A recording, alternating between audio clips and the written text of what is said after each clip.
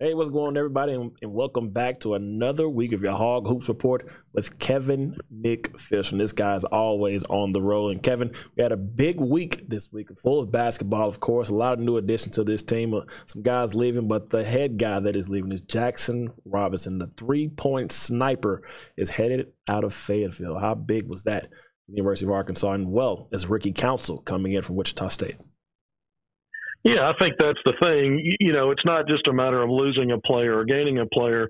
Arkansas scholarship numbers were full, so to gain a player had to leave. And so we saw the chronology of the Ricky Council recruitment, Ricky Council IV, the Wichita State transfer that's had two really good seasons there, competing in a really good American Athletic Conference at Wichita State. But we saw Arkansas's recruitment pick up steam from when the young man entered the portal in late April. To Arkansas coaches meeting with him off-site, off-campus, to an official visit being scheduled, which was last week. We knew that visit went great. Mm-hmm. Okay, so then early in the week, late in the week, midweek passed, and then we got to Thursday, and Jackson Robinson, the one-year player at Arkansas after transferring this time last year from Texas A&M after a freshman season there, is put himself in the portal, announced he's leaving the program, and that cleared the way for the announcement on Friday, less than 24 hours later, when Ricky Council announced his commitment to Arkansas. So Council becomes the fifth portal transfer in this recruiting cycle when you go back to when the Hog season ended in the Elite Eight against Duke. When you look at the high school recruiting, it's 6 players, so 11 newcomers total out of 13 on scholarship. We're going to talk about that. We also talk about kind of what this looks like. Jackson Robinson was a young man that reclassified. He was class of 2021, reclassified to 2020 before signing with A&M. That was during the COVID year when A&M played fewer games than any SEC team, and Jackson Robinson, as a young freshman at that time, didn't play a whole lot. Fast forward to this past season with Arkansas. And Arkansas, we know through Eric Musselman, really used that transfer portal for veteran guys who got bigger roles. And we saw Jackson Robinson have a few games where he got some serious run, but as Arkansas actually moved into and got into the teeth of that SEC schedule and kind of turned things around, the roles shifted, the rotation shifted, and Jackson Robinson was a young man that did not factor into the rotation. So I say all of that to say this.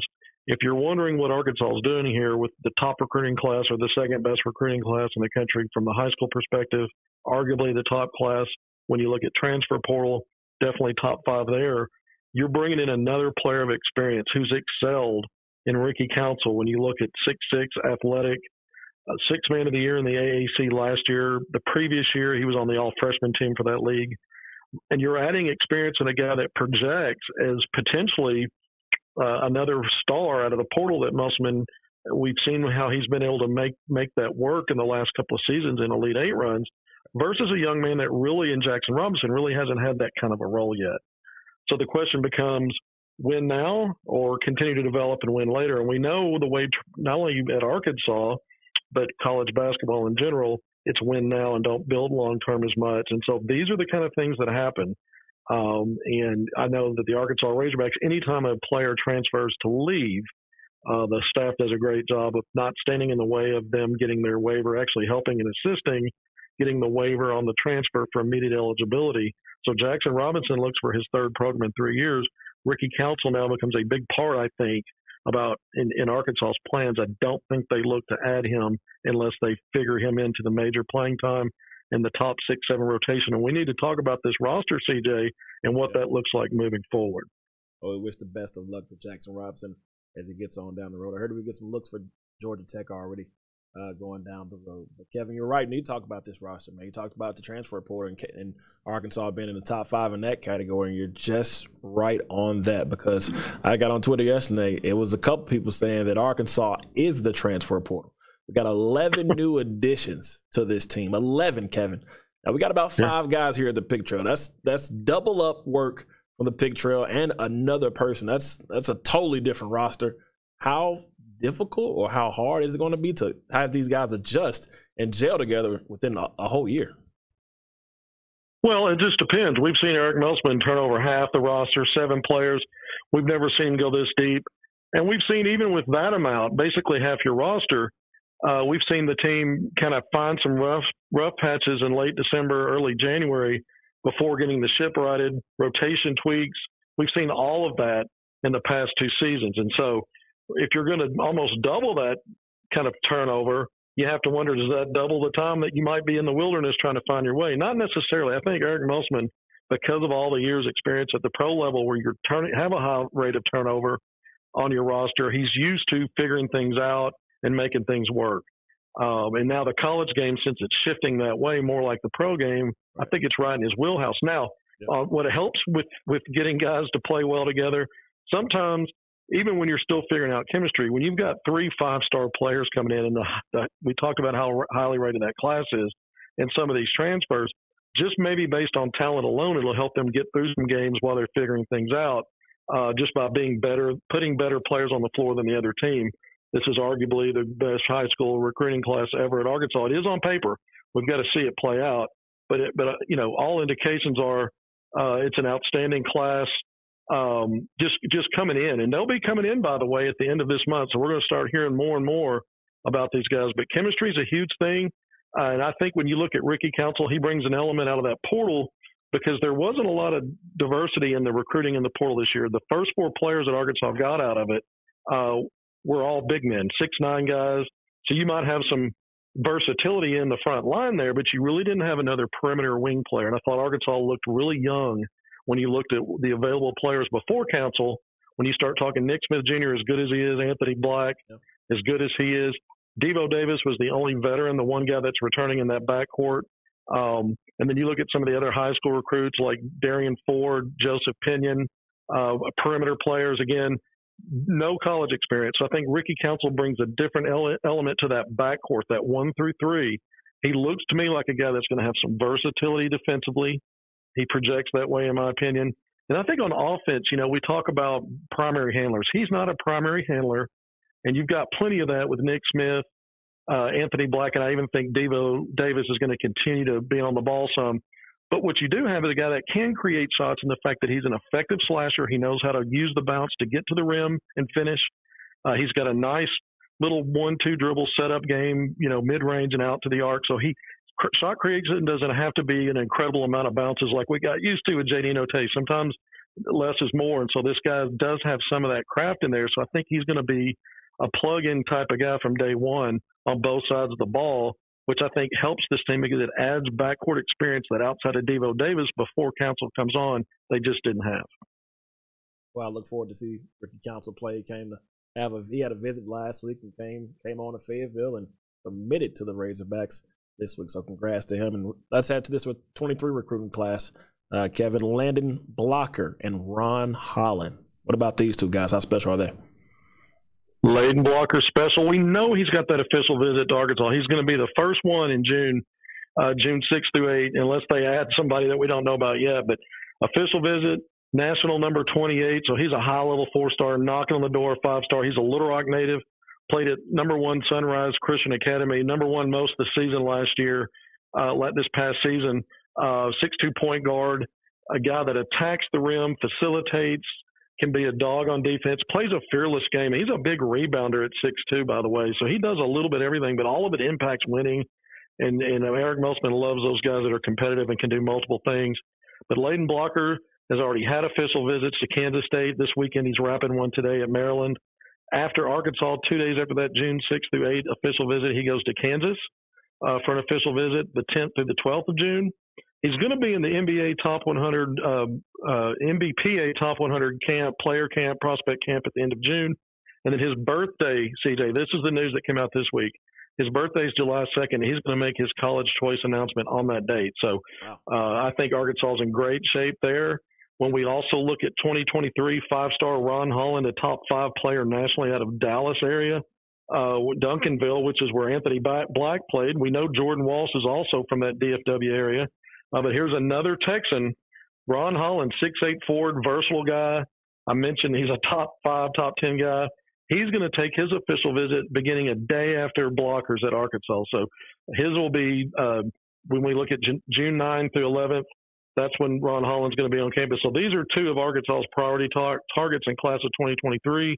And we're going to see other guys, 5 stars like Chris Johnson, a guy that's been a chart climber, Zayden High, who's now a top 40 guy after being outside the top 100, a guy that reminds me of just a slightly smaller, just a little bit smaller than Jay Will on the front line, very versatile face-up guy, also out of Texas. So Chris Johnson, also out of Texas. So you see Arkansas really zeroing in, not only in the state of Arkansas, but some of these Texas guys. Now they're looking at Bay Fall, Asani Diop, big-time players out of Colorado, right. Omaha Baloo, out of the Midwest that played at Link Academy with Jordan Walsh last year, another 5-star. A lot of guys in that 2023 class, but you see a concentration to the region, not only the state of Arkansas, but now Texas and also some surrounding states. Those kids from Duncanville in that Texas area, Kevin, they can play some basketball out there, man. That's some of the best basketball I've seen when I was in high school and college. Those kids can play basketball. Now, we talked about guys coming in. Let's talk about some guys that's on the fence. One guy that's on the fence and one guy that is out, J.D. Notae, who will be in this camp coming up, and Jalen Williams. Have you heard any updates from these two guys? Is Jalen still working out down south in Florida down there? Oh, yeah. He had some nice highlights I got to watch from some of those workouts in Miami. Obviously, for both players, J.D. Notae and Jalen Williams, the next big thing are these opportunities that begin on Monday, just less than 24 hours now. As we watch Jalen Williams from May 16th through the 22nd will be taking part of that NBA Draft Combine. That's the biggest stage at this time of the year when you're getting ready for the draft. And so that's workouts, it's measurements, it's interviews. There's 5-on-5 competition. So it's a gauntlet. Some players choose to do some of those events. Some will do all of them. Jalen's been projected anywhere late first round to pretty much mid-second round, some late second round. But he's a guy that has not hired an agent, left the door cracked to return to Arkansas. And so I think we just keep an eye on that as the week goes along to see how he does, because sometimes it's not just about your own performance, but what other guys are doing around you. Sometimes if you're solid and other guys slip, you move up. Sometimes you can be solid and other guys are a little better and they move up. And we don't, and some of these projections and mock drafts, you have to take some of that with a grain of salt. But at the same time, Jalen Williams is probably in a good spot to help himself. And even if he doesn't and maintains, I think he's in a good spot to get some kind of guarantee and stay in the draft. We'll see. But I think with J.D. Notae now, he's in the NBA G League Elite Camp, right, which also is in Chicago, the same as the Draft Combine. It's Monday and Tuesday. So tomorrow he'll be in competing 5-on-5 with, you've got onlookers like scouts, GMs, decision makers at both the NBA and G League level. And based on the strength of performances at that elite camp over the next 2 days, it's usually less than a handful of players out of the 40 or 45 that participate. But, somewhere around 2 or 3 are going to be invited to remain in Chicago and finish the week in the Draft Combine. So J.D. Notae's got a chance to help himself there. But either way, just being in that elite camp, I think it sets him up later on, if he doesn't get drafted, to get a shot on a summer league team, NBA summer league team. And from there, you can build, a resume to even get a 2-way contract. That's what Daryl Macon, former Hogs Daryl Macon and Mason Jones did. So this is a great opportunity for J.D. Notae, and we know the Draft Combine for Jalen Williams is a big opportunity as well. Big opportunity. Wish the best of luck to both of those guys tomorrow. It'll be a big camp day for both of them. Now we got to talk about some guys that are in the NBA right now. A couple of Hogs, they're in the playoffs right now. One is for the Milwaukee Bucks, Bobby Portis and Moses Moody. The freshman, the rookie, is headed to the Western Conference Final, his first year in the NBA. Talk about those two guys and their performances in the NBA this year. Yeah, so right now, as we speak and do this, Milwaukee and Boston are playing Game 7 in Boston. Milwaukee, he's got an early lead at the end of the first quarter, but it's a tight game. And, you look back at this series, CJ, Bobby Portis in Game 4 had a huge game. Game 5 in Boston had a huge game with a double-double, 14 points, 15 rebounds. That 15th rebound was an offensive rebound off a Greek Freak missed free throw. Boston's up with about 12 seconds left by a point. Bobby gets the offensive rebound, a putback, a couple of big defensive plays on back-to-back possessions for Boston in the closing seconds by Drew Holiday. Helped Milwaukee steal that win, that Game 5 win, and go up 3-2.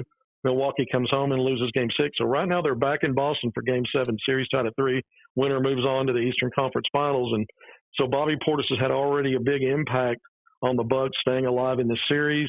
And I look when we talk about Moses Moody, what an experience he's having playing with some of the greats of the game that helped build that Golden State dynasty. When you're talking about Steph Curry, Klay Thompson, who were returned this year after a 2-year absence. When you look at Andre Iguodala, just the makeup of that team, Draymond Green, and when we know the list of superstars that have been through there to help them win 3 championships, Moses Moody's learning from the best. And although he's playing spot duty in these playoffs, he did come off the bench in Memphis in Game 5, and he scored 10 points. So a career high, playoff high for him. Right. His career high in the regular season as a rookie was 30. But he got that experience and got the 10-point game, hit a couple of threes, shot the ball well. And then they finished off, Golden State did at home, the Memphis Grizzlies, 4 games to 2. So you're right. He's in the Western Conference Finals. Yeah. The only other noteworthy mention is Isaiah Joe and the Philadelphia 76ers were eliminated in 6 games against the number 1 seed in the Eastern Conference, Miami Heat, who are now awaiting that Boston-Milwaukee winner in the Eastern Conference Finals. Like you said, the Bucks are in Game 7 right now. If Western Conference and Eastern Conference could have 2 hogs, and one could get in the finals, or both could get in the finals. If both get in the finals, who are you going for, Kevin? Who do I think is going to win? Yeah, who are you going? Yeah, who are you going for? Wow, what a battle that'll be! Because I think Giannis is the best player in the NBA right now. I think he's been the last 4 years. Forget who the MVP was. Now he's won 2 of them, but he hadn't won the last 2 years. But he's the best player in the NBA. But Chris Middleton's the X factor. He's still out for Milwaukee. I think it's why they've struggled against Boston. Yeah, he's struggling. So if he's still out for the Eastern, if they get all the way to the finals against, let's say it's Golden State, and he's still out, I'm going to have to go with Golden State. But you never count out Giannis in a defending champ. But Golden State's been there, done that. And if they're by the time they get that far, they've gone through Phoenix. And I think probably Phoenix. They've got a Game 7 actually against the Mavs. I better be careful there. But the Mavs could win that on the road. But either way, I think it's going to be a great finals. Yeah, I agree, man. That Warriors team, like you said, is loaded. Steph Curry, Klay Thompson, Poole over there. Moses Moody has a lot of knowledge he can learn. Even though he's not playing that many minutes this year, he can learn a lot of knowledge from Curry and those guys in the backcourt. Because just like Jordan Poole, he came from Michigan. And, man, this guy's playing one of the best players in the NBA right now as we speak. Kevin, I appreciate you stopping by again, man. It's been a big week for basketball. It's going to be some big weeks coming up ahead. It always is, CJ. I always look forward to talking about it on Pig Trail and with you. Thank you. Yes, sir. No problem. We'll see you guys next week with another Hog Hoops Report.